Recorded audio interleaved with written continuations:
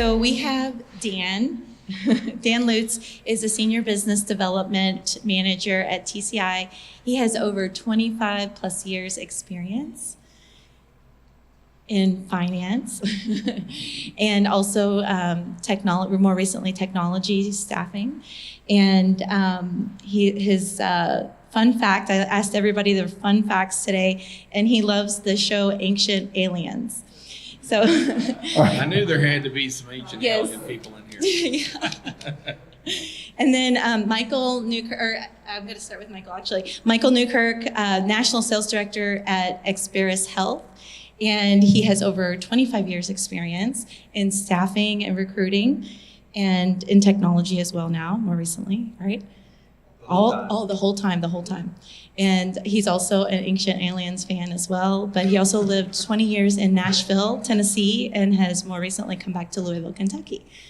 And then Chris Rittmuller, he's also at TCI. He's a senior business account executive, yes, with also 14 plus years experience in recruiting and staffing and in the technology space as well. And really awesome fact, he lived in Alaska for 3 years and he was a fishery biologist. And so, you know the show Deadliest Catch, he was like, I was on those boats, just like on the show Deadliest Catch. Just fun facts, yeah. And then of course, last but not least, Sam is our moderator, 30 plus years experience. He's been a founder of a tech company, Click IT, 30 plus years experience in staffing, recruiting, and technology solutions.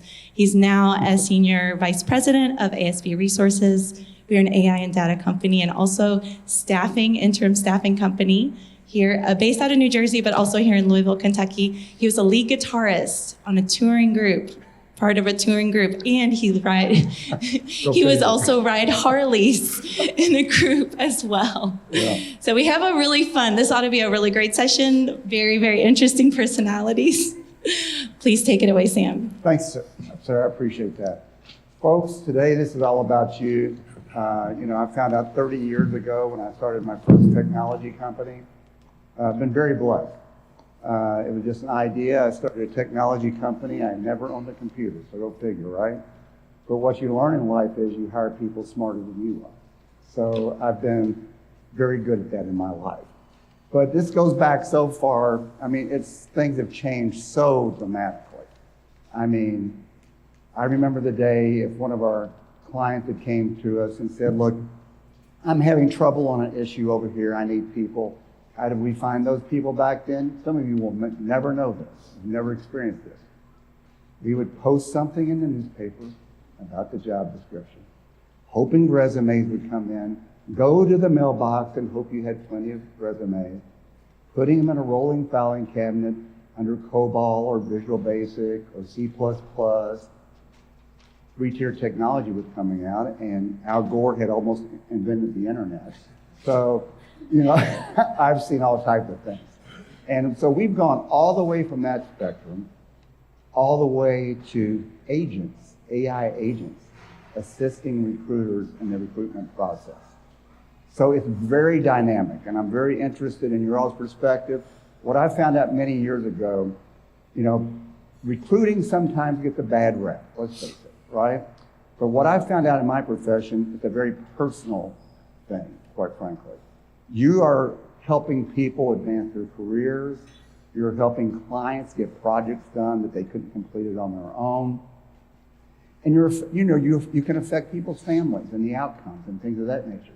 So me personally, I took that personal and wanted to always do the best for the candidate and our clients, because if you do, it all works out, right? Got to take the transaction out of the business, put the relationship in the business. So that is my biggest advice for me personally before I start getting to the panel. If you're looking to advance your career as a candidate, if you are a hiring manager looking to bring in talent or look for a solutions team, make sure you're dealing with that person where it's not about the transaction. That way, everyone's successful. So what today is, again, it's about you. I want to make sure some things in your life questions get answered, such as, I want to know what you want to learn today that would be valuable for your career or hiring strategy. So think about that question, okay? How many of you believe that your job might be affected by AI? I would like to know that. And what are your biggest fears or concerns about automation in the workplace? I think there's a lot of things out there that I've heard and I've experienced on those fears. And actually, the fears are more of an opportunity in many instances, and the fears misplaced. It's an opportunity to grow your careers and learn more about technologies that are growing. So that's just what I have found today. So with that, I'd like to go over here and start with my panel. And my first topic is recruiter roles and challenges. Let's not forget, folks, recruiters are people too. You know, we go to work every day and we have challenges, we have issues that we need to resolve, that can be very important to being successful for our candidates and our clients. So with that, Dan, what's the most challenging aspect of being a recruiter? Well, I think it's always challenging to really dig in deep and find out who that person is, because, you know, certainly kind of like Facebook, we all put our best selves up, you know, most of the time. And I think a recruiter really has to go beyond that. You know, it requires research, you know, that requires really meeting with a hiring manager to see what they want, and then doing a really, you know, in-depth interview and engagement with the particular candidates out there to find out who they really are. And it goes beyond just, you know, the resume, obviously, but how they answer questions, you know, what their presence is in front of people. And even social media, you know, we're all taking a look at people's social media these days, and you got to know what is okay to put on there and what's not. So that's important. Yes. Hey, Chris, what's the most satisfying part of being in the recruitment process? Really bridging that gap between finding the right person for the job. So it's a win-win. You know, you're elevating somebody's career and you're improving your client's outcome with whatever projects they need to have by putting that. But to take a step back on your recruiting challenge, I would add that it all begins with the job description. So oftentimes we'll get a job, whether you're an internal recruiter or an external recruiter, and there's little or no thought put into that job. So it's like, hey, just use the one that we used 6 months ago. But in the meantime, the technologies had changed, the requirements have changed, and both internal and external recruiters would do a whole recruiting cycle to get the candidate, and they'll prep the candidate, they'll present the candidate, the hiring manager will interview and go, that's not at all what I want. Well, that's what you asked for. And so a lot of time and effort is wasted when it could have been shorn up and had a shorter time to deliver. So sitting down, reviewing, putting a little thought behind of what's needed. So little story, I one time got a job order. I looked at it and it was two positions molded into one. And I was like, do you want this or do you want this? And he goes, well, I want both. And I go, well, you can't have both, especially for the price that you're asking for. Which one's more important? And he goes, well, the last guy did it. I go, did the last guy start out doing both? And he goes, no, he started out doing this and then he grew into that. I go, so if I find you someone who can do this, you can teach him the next? And he goes, oh yeah, I guess I can. So from there, we were able to find the right person and shorten that time to hire. So just little things like that will help both sides, you know, the recruiters and the hiring managers get what they want. I'm very curious here. How many folks out here have utilized a recruiter before in their past job searches?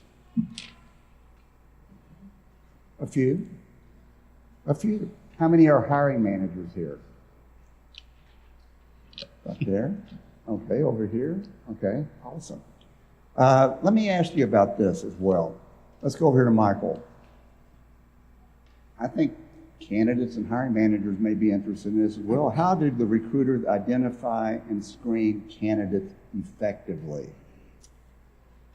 Well, to Chris's point, it starts with the job description, right? Making sure that we have a full understanding of what the client or what the hiring manager is looking for.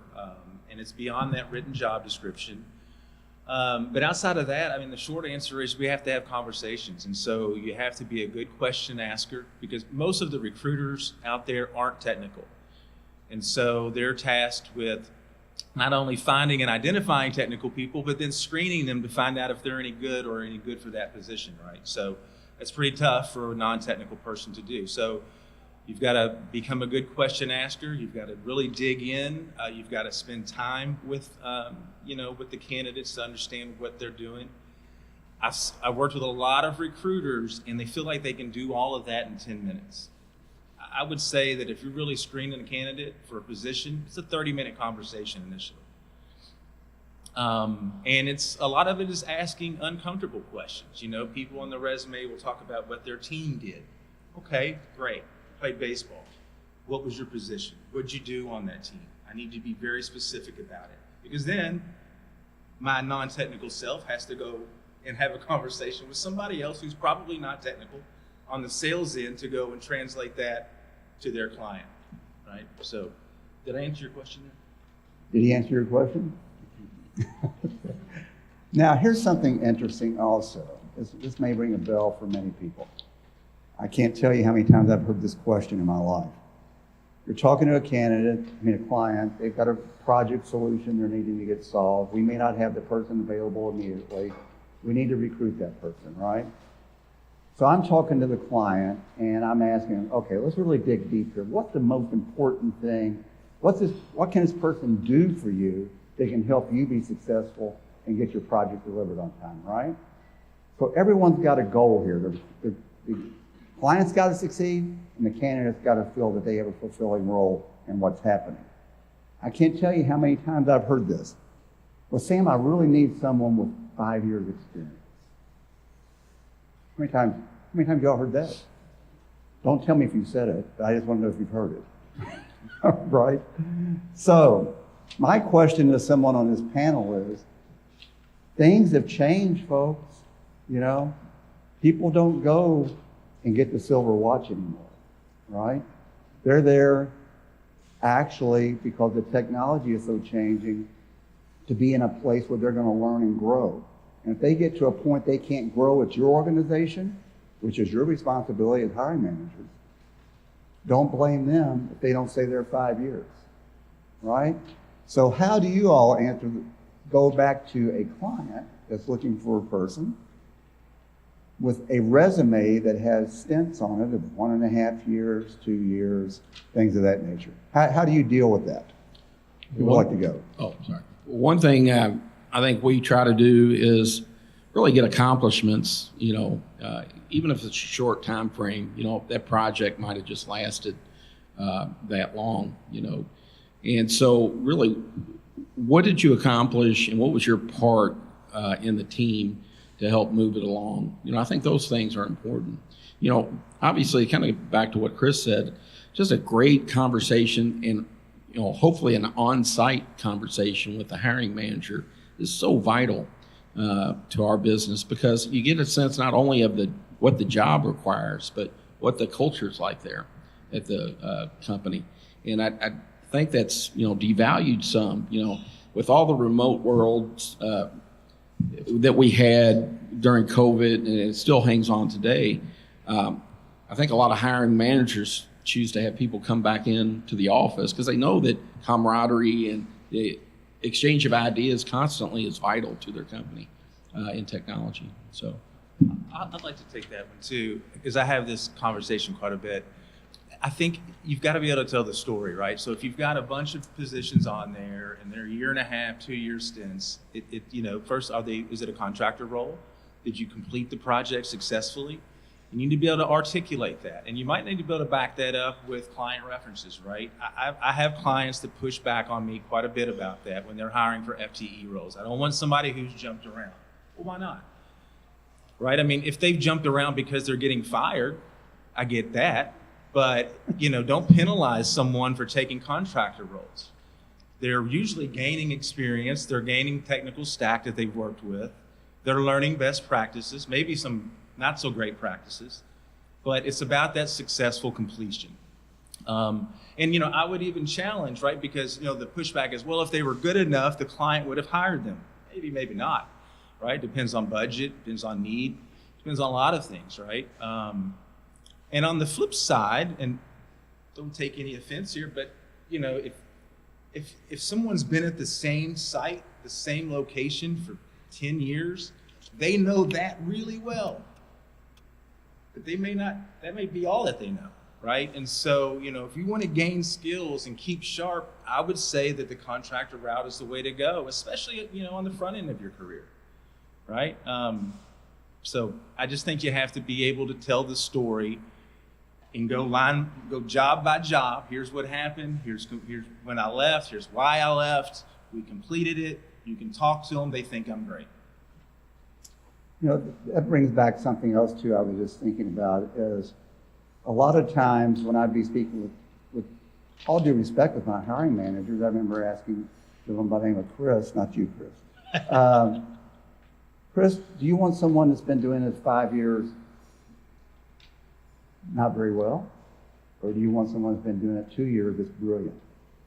And that was like an aha moment. It was very simple. And yesterday on our data panel, we had a University of Louisville MBA candidate, I believe. I mean, I talked to that young man afterwards. He was sharp. He truly was. So let's keep this in mind as we're growing our technology ecosystem out there. Another thing that's changed dramatically, we've all heard this, I've got to have someone with a 4-year degree. That's changing. That is changing. Because many of the people we talk to today, they've been doing this since they've been 7 years old, right? So like the adults back in the days would go get an executive MBA, right? Based upon their experience in business, not their education.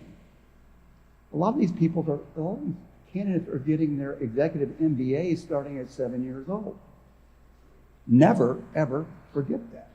And candidates out here, never be afraid to tell your story. Because there's another thing too. In the contingent workforce space, okay, that's a different culture almost. It's a nomadic culture that some people truly love, okay? They truly love it because they get to experience different environments. They're always out there looking at the newest technology, and they can add immediate impact to a project, right? Now, at some point, some of the nomadic contingency workforce will say, I have a family here in town now. I've got 4 kids. I can't take off to San Diego and then go to Chicago, then go to New York. I need to settle down. Take that into consideration if you're looking at them for an FTE role. Because you may have the most brilliant person who's experienced more different cultural aspects of business and industries than we ever will personally, that will be able to add that dynamic to your company and bring something you never thought existed. I mean, I'm passionate about this. I'm passionate about giving people a chance. I'm also passionate about delivering upon me, the person, and our company commits to. So just think about that. So you briefly mentioned social media, okay? We talked, I think Dan, you mentioned it a while ago. This is a danger zone, folks, okay? People are becoming more sophisticated in this. They're doing a much better job, but I do remember at times folks putting things out on TikTok or Facebook or things that quite frankly, are not appropriate, right? You have to guard yourself. You have to guard yourself, against these. So what advice would one of you guys give that person with their social media presence? So if you're a hiring manager and you want to find out much about a candidate as possible, what do? You go to the social media page, you look them up on Facebook, and if you're a recruiter, you're a professional stalker. So you look up Facebook, you look up LinkedIn, you look up any Instagram or whatever they might be on to get a sense of what the character is like about that person. So if you're new or young, what I would emphasize is you always have accomplishments that you're doing if you're in school. So highlight those accomplishments, whether that's, hey, I attended a conference, I did this internship, here's what I learned, here's what I made, here's what I achieved, and post that out there. That gives a great sense of who you are. The other component is if you're a developer, you want to post on GitHub, but you just don't. With GitHub, you can kind of fudge it. I was talking to Justin about how people can use AI to generate just kind of basic code and scenarios, but they can't speak to it. But you take the time to really learn about what you're doing and then put it on GitHub as a way to show, hey, here's what I did and it failed. Here's what I learned from it, and here's my adjustments. And if you can walk people through a process, a hiring manager is going to love, okay, I love the way this guy thinks. He attacked this, this, and this, then he failed, but he learned and he picked up. So those types of things can really help, if you're young, get you that start in your career. Yeah, and just be aware that the recruiters you work with, the hiring managers you work with, probably are not only, they're looking at Facebook and Instagram and all the things, right? So just be mindful. You would be political warriors out there, and just be mindful that it could cost you a job. If you put a position out there that hiring manager doesn't like, that may be the reason you don't get it. So, I would just say be cautious, and be real prejudicial about what you post. I'll definitely echo that. I've known candidates to be fired because of, social media posts that had nothing to do with what they did or their knowledge or experience or abilities. And it's, you got to be guarded because people are always watching, particularly those that are trying to vet you for the next job to bring them on to the company.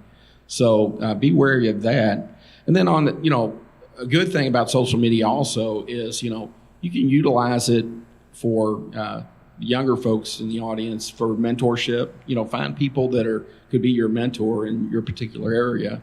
And then also for senior level folks, it's amazing to me, as long as I've been out there and, once I joined LinkedIn, almost every week I find somebody that's a long-term friend that they do something that I could help them with.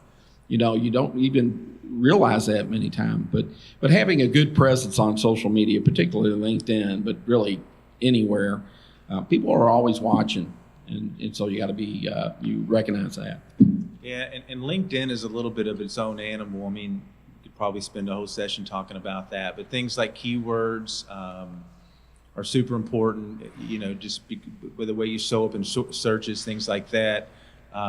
Gaining referrals and adding them to your LinkedIn page is very important, and I think sometimes we forget about that.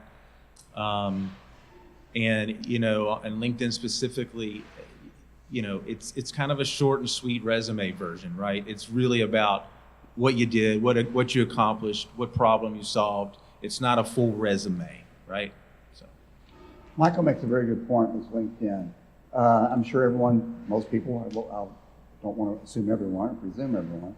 LinkedIn has changed the ecosystem a lot out there in the recruiting process. I remember back in the day, and I'm sure all of us do, when Monster came out, and Indeed, and there were so many of them over there. And basically what people came in my humble opinion was a commodity. I always tell the people I've worked with, I'm not in the resume shipping business. I am in the people business. So I think you have to be very selective where you go into your activity. I think LinkedIn right now is probably the dominant player out there. And Michael made a good point. If we're all honest with each other, you don't give a damn about what I say about me, but you will care about what someone else says about me, right? So build out your referrals on LinkedIn that add your credibility so much. It speaks volumes about you. So if there's one thing you take today, go to your LinkedIn account, make sure it tells your story, and ask your past managers, co-workers, people you've worked with, the more the merrier. And that will help you tremendously. And they also alluded to something else here that I want to get to that I know a lot of us are experiencing, and that's AI in recruitment. Okay? How do you feel that it's affecting the recruitment process for both recruiters and hiring managers? Who would like to take that first? So there's been a lot of stuff on that. It's kind of a race to the bottom right now with AI. So Gartner reported that by 2028, there's going to be an increase of fake identities. So 1 in 4 resumes will be fake. And people can easily generate things. Sometimes you have bad actors from North Korea, China, what have you. That's part of it. But a security researcher discovered in AI systems can put invisible text inside a resume to help answer and prompt questions, and you can't tell the difference between if it's a human or a real, a fake person. So you have these AI tools out there that are creating candidates who look better than they might actually be. And LinkedIn is kind of playing both sides of the fence. They're allowing candidates to customize their resume. So if you go to LinkedIn and you look at a job, it says, would you like to customize your resume and to match the job description? And it can format to you. People can use any, Genesis, ChatGPT, what have you, to format their resumes to make them look themselves better. So now I think it's reported that LinkedIn is getting 11,000 resumes updated every single minute. So, when people post jobs, they get this inundation of resumes that all look good. And then back in the day, you can determine who you didn't want to speak to by the formatting, the way they wrote out their resume. It's like, okay, there's misspellings, there's bad punctuation, this person doesn't have attention to detail. Now everybody looks good.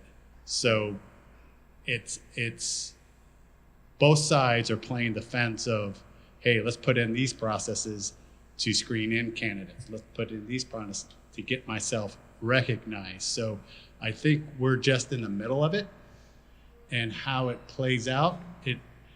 I read an article where resumes might not be the thing anymore. It might go to the fact that resumes aren't the way to do hiring. So the future of hiring will abandon resumes altogether, and it will get into more like problem sessions, more face-to-face interviews, more networking, and AI might be, going out to the universe and say, find me a person who has this, this, and this, and then the recruiter just, presses that button, and it reaches out to, whether it's LinkedIn, whatever social platform it is, and invites that person to connect and says, hey, you have this degree from this university, this experience, because it can aggregate that so fast that it might be a more proactive approach. That's good data. And it's interesting, I think we all recall that COVID created a totally different environment for hiring, right? I mean, it was just totally different. It scared me. I like going to the office. I like working from home now. Sorry, Muhammad. It was, some of the things I've seen were so amazing in the early days. Literally, we'd be doing a Teams meeting, interviewing someone, their lip would be moving, but someone else was doing the talking. And I'm sitting there thinking, really? This really happens. And I know personally today that ASB, and we do everything in the world to try to stop this practice. We have technical assessments. We have live video streams to ensure that these people are on their laptop, not someone else's laptop. We make sure no one else is prompting them. I'm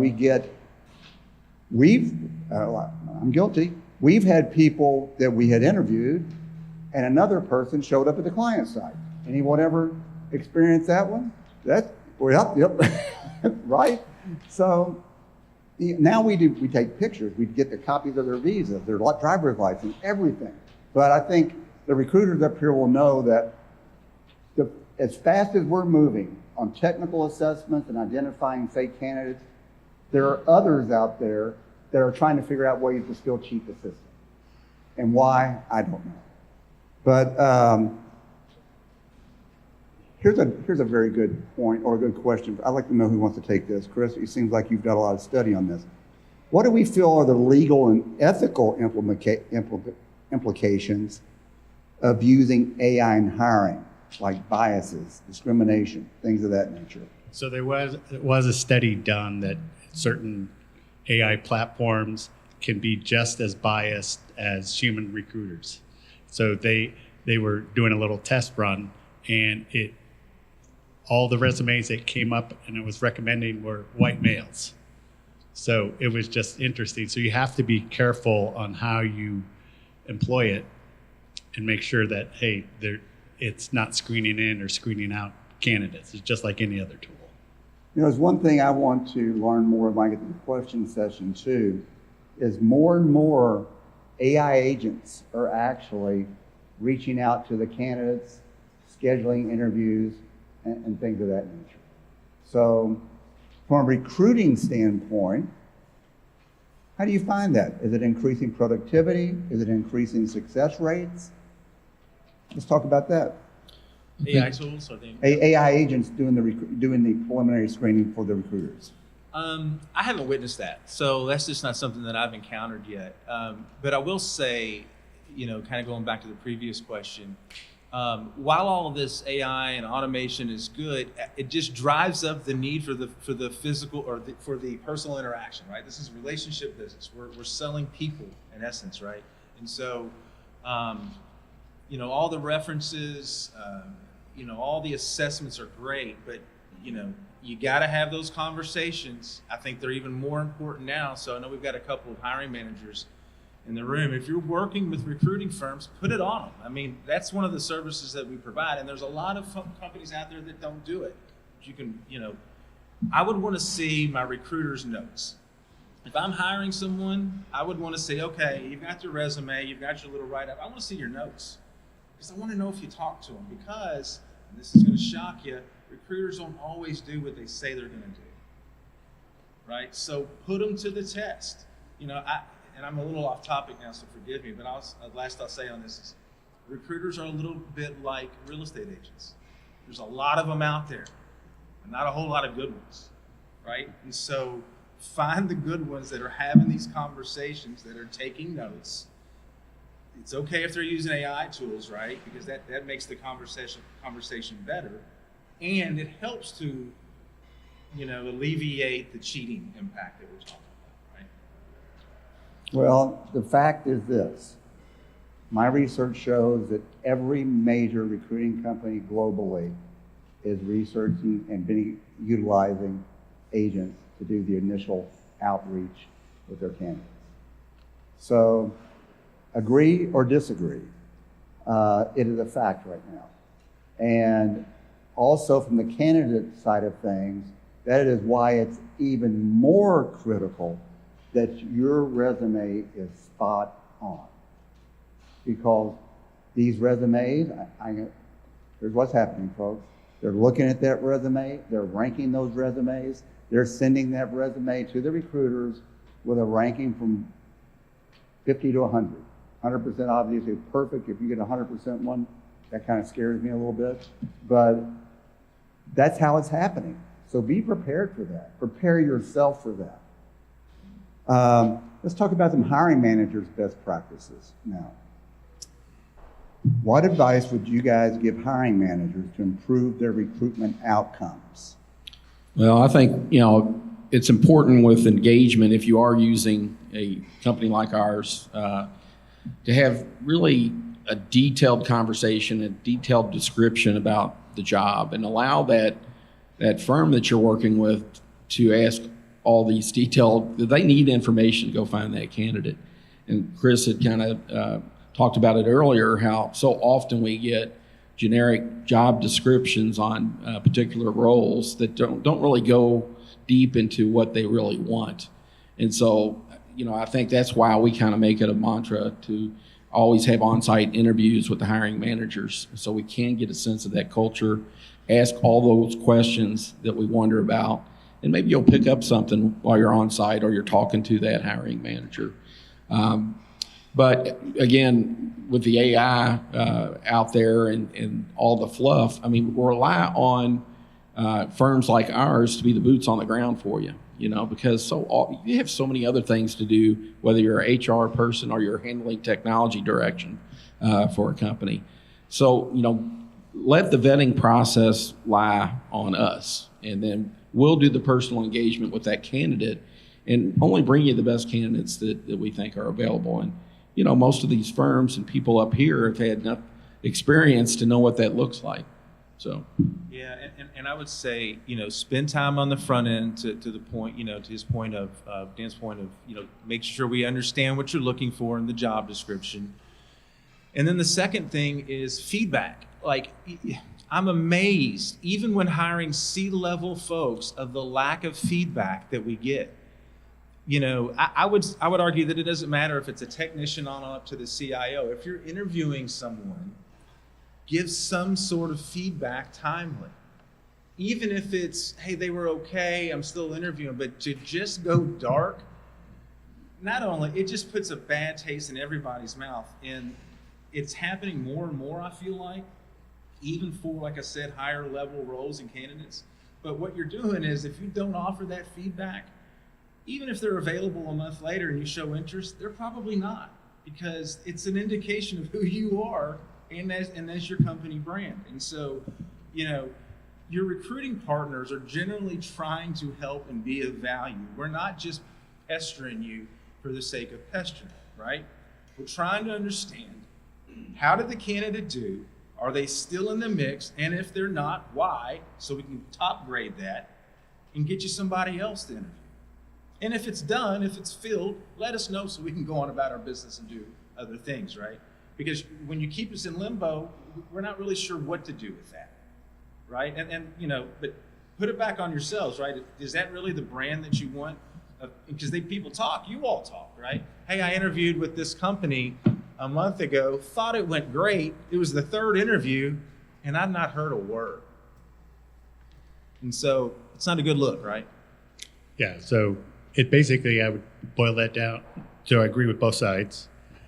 You have to have a defined process. So it starts with that, knowing what you want to look for, working with your recruiting team, whether it's internal or external, and and define the steps. It's going to be a 2-interview process, and we're going to make a decision by, next week. And hey, we've dedicated this time, because time kills all deals. So when you have that defined process of what you're going to do and how you're going to execute it, then you can go about doing that. So it's like, hey, here's the job order. Recruiters, when do you think you can get me candidates? Oh, okay, by next week, I'll review them. By the following week, we're going to pick our top 3. We're going to bring those in. We're going to do an initial phone screen interview. Then we're going to do an on-site interview. And then we're going to do just a final technical interview with the team. Okay, that's defined, that can be measured, and then that gives a great experience for both sides, and it shortens that time to hire.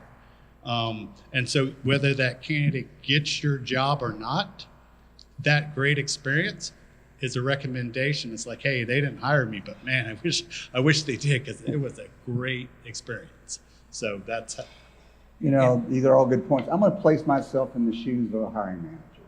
Okay, because there are 2 sides to this story. And I'm a hiring manager. I hire people for my teams. I'm guilty, maybe you're guilty, of being too busy to solve your problem, right? We're all pulled in different directions, and we truly know this. But at the same time, the project's going to get further delayed the more time you're too busy to solve the problem of bringing in the resources you need. So one thing I would totally suggest, they alluded to it, know your process, know what you want, and by all means, make it happen sooner than later. 5 panel interviews for a person, that guy can kind of shows the company you really don't know what you want. You need 14 other people to help you decide what you want, right? So make a decision. And, you know, I've had situations before that candidate is 90% there. I can't tell you how many people want 100%.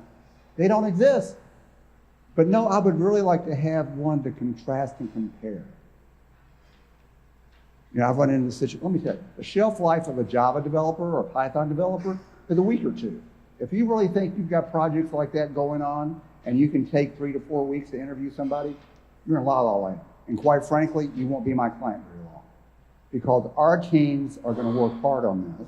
We're going to work hard with you to understand your business and your culture. And we're going to get you the best candidates. As I said, we're not in the resume shipping business. Somebody else can do that. My job, many years ago, one of my clients came to me. I said, Chris, what's your interview process? He said, what are you talking about? I said, I need to know your interview process. He said, what the hell are you talking about, Sam? He said, if I need to do your interviewing, I got the wrong company and guy I'm doing business with.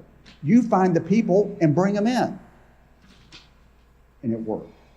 There was a lot of pressure on the recruiting teams. The client was happy. He didn't have to waste hours and hours a week interviewing people, and the job got done. So take that away. So what some hiring managers, let's talk about this. What are some best practices we talked about, but where I want to go is automation. How is that going to affect employee roles and productivity from a hiring manager side? Automation and just posting the job, or just the whole Well, helping hiring them, yeah, process? posting the jobs and things of that nature and increasing their productivity. Well, I mean, we're seeing it with AI now. It's improving the pre-screening, writing better things. I can tell you how it helps me is all those conversations we keep talking about that are so important. They help me have better conversations, right? I can take my job description. If this is what you're asking, I can take my job description. I can take that resume. I can put them in AI and tell me how it matches and contrasts, and then it even give me some good questions to help me screen my candidate, right? So it makes all that faster. I think also you got to pay attention to what are these employees going to do with the time that AI provides them. You know, how is that going to be more productive?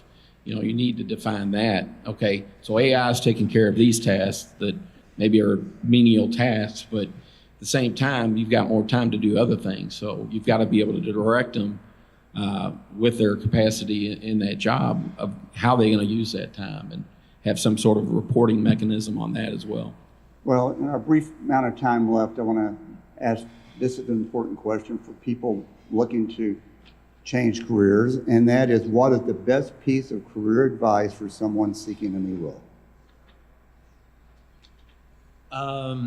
Things like this, if you're seeking a new role, Dan and I were talking about this earlier. If you're a job seeker out there, the first thing to do is explore your own personal network, right? Who you know, who you've worked with in the past, all of that stuff. Then, I would think about companies that I think I might want to work for and be very specific and targeted in going after roles that they have open.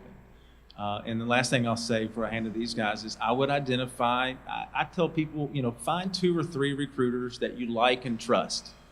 You don't want a bunch, right? We end up tripping over ourselves, and that can actually hurt you in a job search when you get submitted and double submitted, because when that happens, clients they'll just disregard your candidacy altogether. So find 2 or 3 recruiters that you like, and then use them, right? I tell people to stay in touch with them.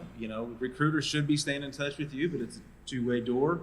And they should also tell you about positions that they've got. Even if they don't fit what you're looking for, your skill set, they should be able to say, hey, here's what we are working on.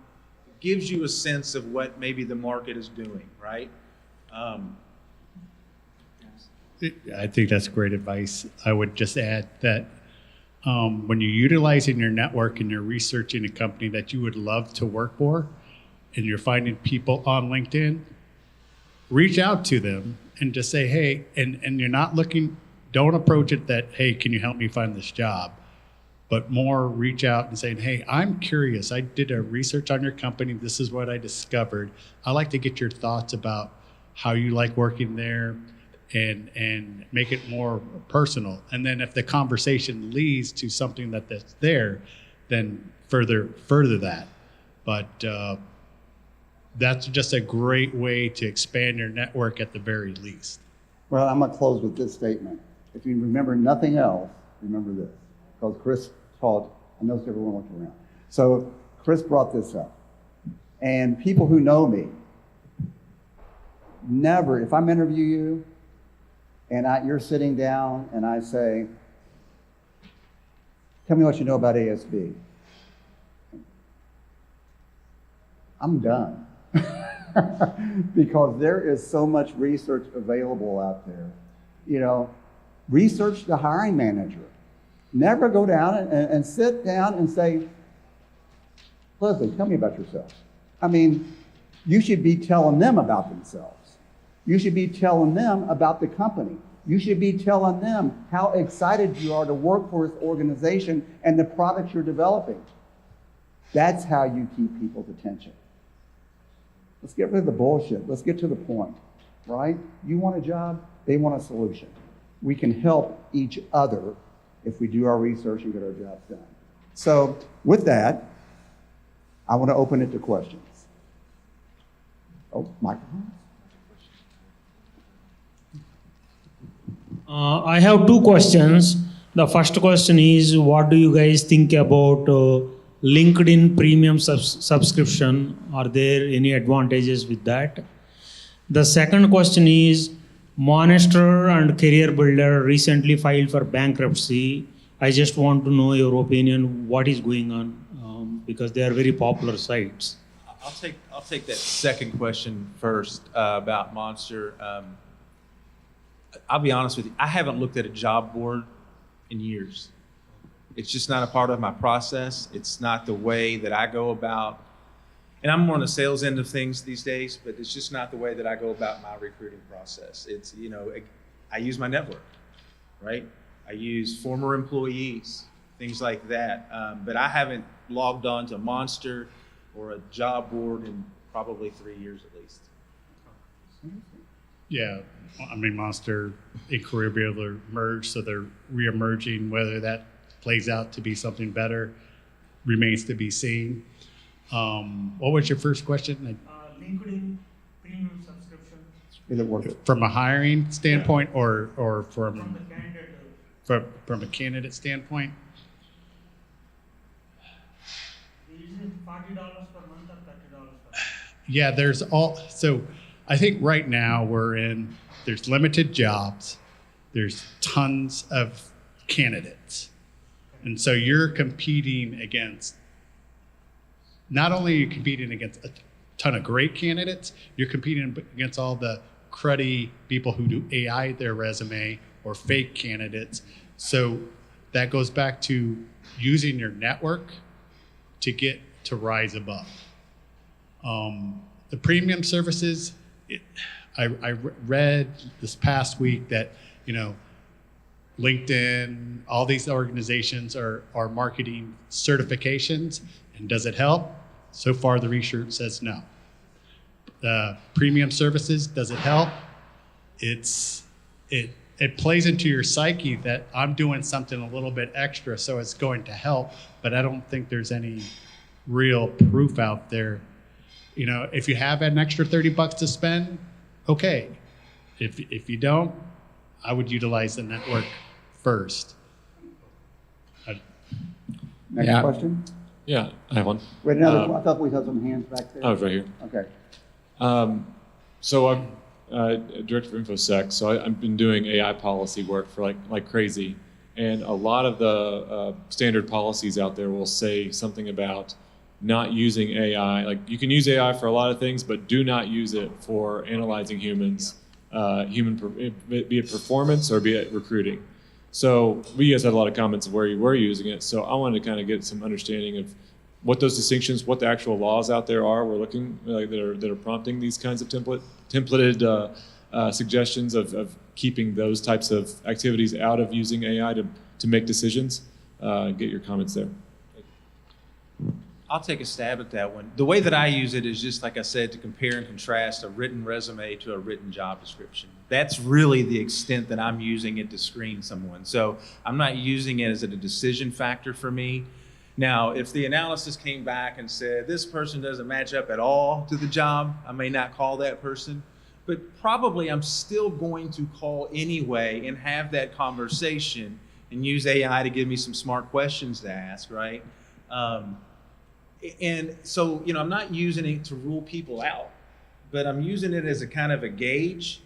And even then, we recruit on positions all the time, different clients, different roles. So even if in that analysis it says this candidate's not a fit, probably call them anyway because they'll be a fit for the next thing. So I'm not using it to screen folks out.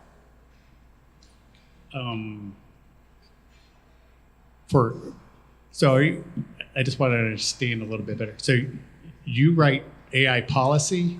Is that what you're doing? Yeah, there's just like every company has to create the policy. So we're all reading a ton of policies to figure out what we should do, right? Yeah, I don't think AI is such an evolving thing. I don't think it's caught up to being able to your point of actually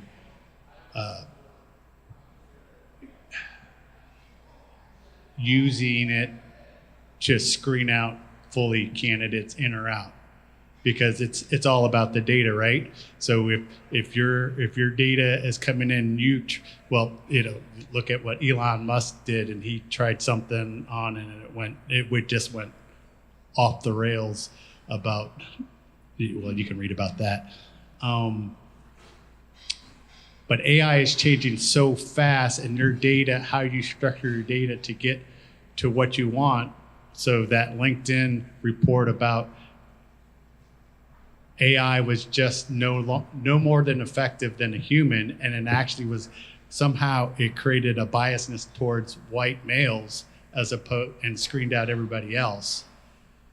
It's one of those things that's going to consistently has to be tested and refined. So you just have to. I would just use AI right now more in your upfront processes to, hey, better screen applicants, but always have that human intervention. I think it can match skill sets, utilize AI for that. But, it just goes back to the thing we've been talking about is the human interaction and engagement with a candidate is probably the most important thing. Because you can ask questions that AI wouldn't think of. You can, have an in-depth question about a particular skill on their resume and really ask them, explain to me, how you utilize that skill. They say it does, AI does have the ability to be non-biased, but from Chris's example, you can tell that's not the case. I know with our company, our recruiting manager has to vet a lot of resumes herself, and she's got, 15, 20 years of experience of doing that. So she's better at it than any machine could be. And that's the important thing to remember is that experience of the person who's looking at resumes for IT positions, doing it for so long. You can't utilize AI to replace that. So Let me just add one thing here real quick, and I'm going to get to that question. I think it's to help you. I can talk to you later. IBM, their first implementation of AI was their HR group, like 200,000 people. A lot of it was to remove just mundane, everyday tasks that were going on. There's a lot of governance that needs to be established. There's a lot of guardrails that's got to be established to remove that bias and things of that nature. I know a little bit about where you're going. I'd be glad to get you some more information on it. Yeah. Yes. All right, so I actually have two questions. The first is, as a recruiter or hiring manager, is it better for a candidate to be verified on LinkedIn so they're not a bot?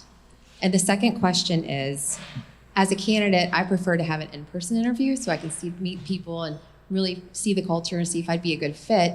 How do you make that same connection when you're having a remote interview? I'll take that second part. It's hard, right? I mean, you know, I agree. Anytime you can be in a room with someone on an interview, that's better for all the parties involved. You know, since COVID, a lot of things have become remote, which is good in some ways. It opens up the talent pool, but it does make it more challenging to bring someone in for an in-person interview who's across the country.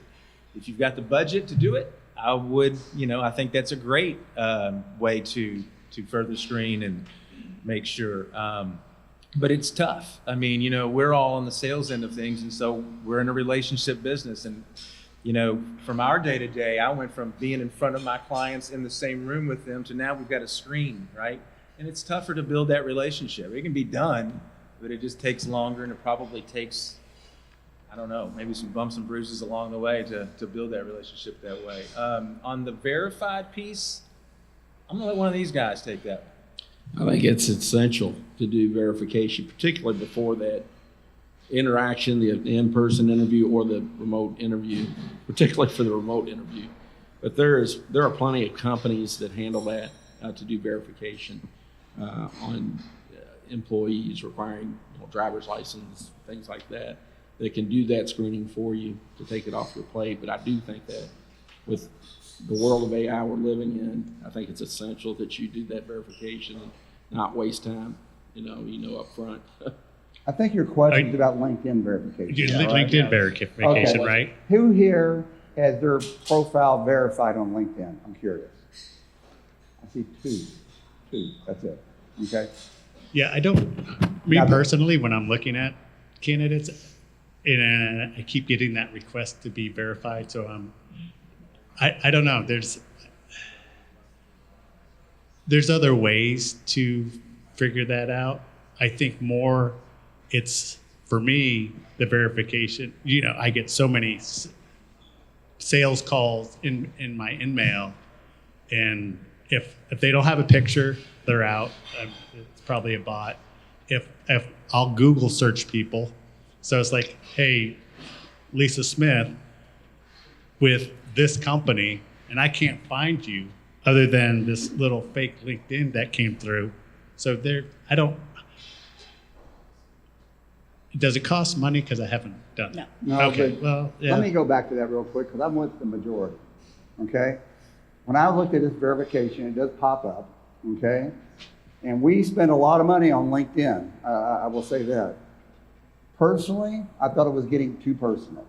The moment they wanted my driver's license numbers or passport information, date of birth, this and this and that, going in there, that's just more data for them. I mean, if, like these guys just said, if somebody wants to verify Sam Smith, I mean, there's not a lot of Sam Smiths, let's face it, right? So just go out there and do your research. I mean, that's all you need to do. Leslie, were you going to ask a question, or are you just moving on? I had a question.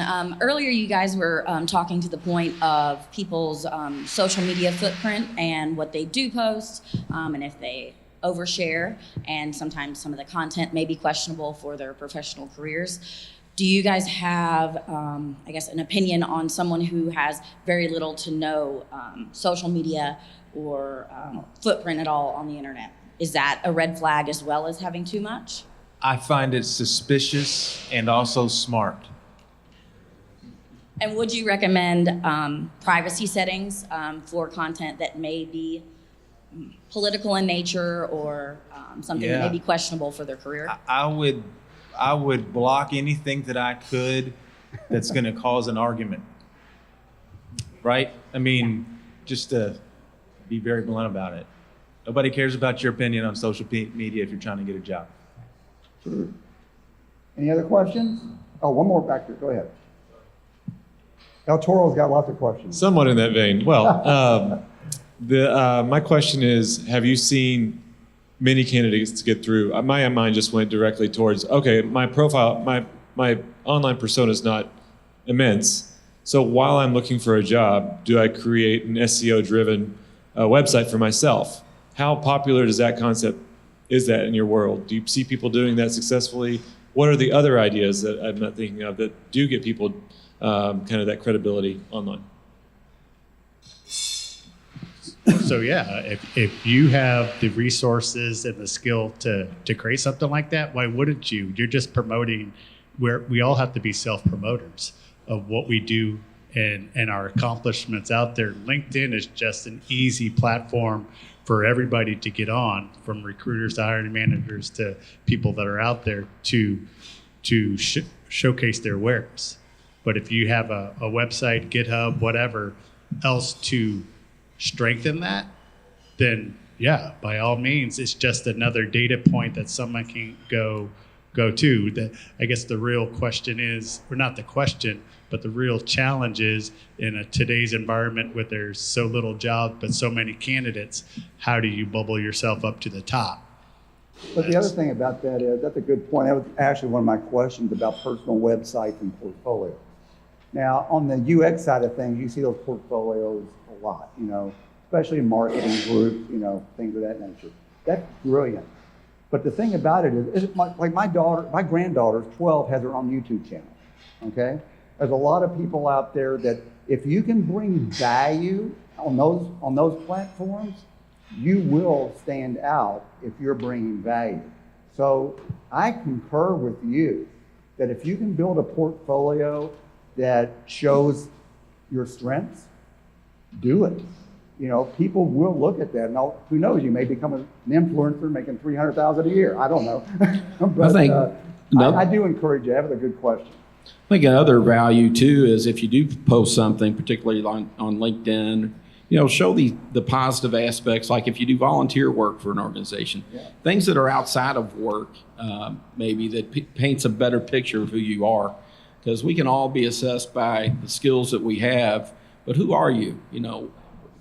What other people do you help? What's something that's not necessarily, monetary value to you, but you're doing for others at no cost. So I think that helps paint a better picture. And I would say just overall, speaking of that on LinkedIn, because it's an easy platform to do it, stay active, right? As you're gaining certification, be active about that. If you read an article that you think is valuable, to your community, right?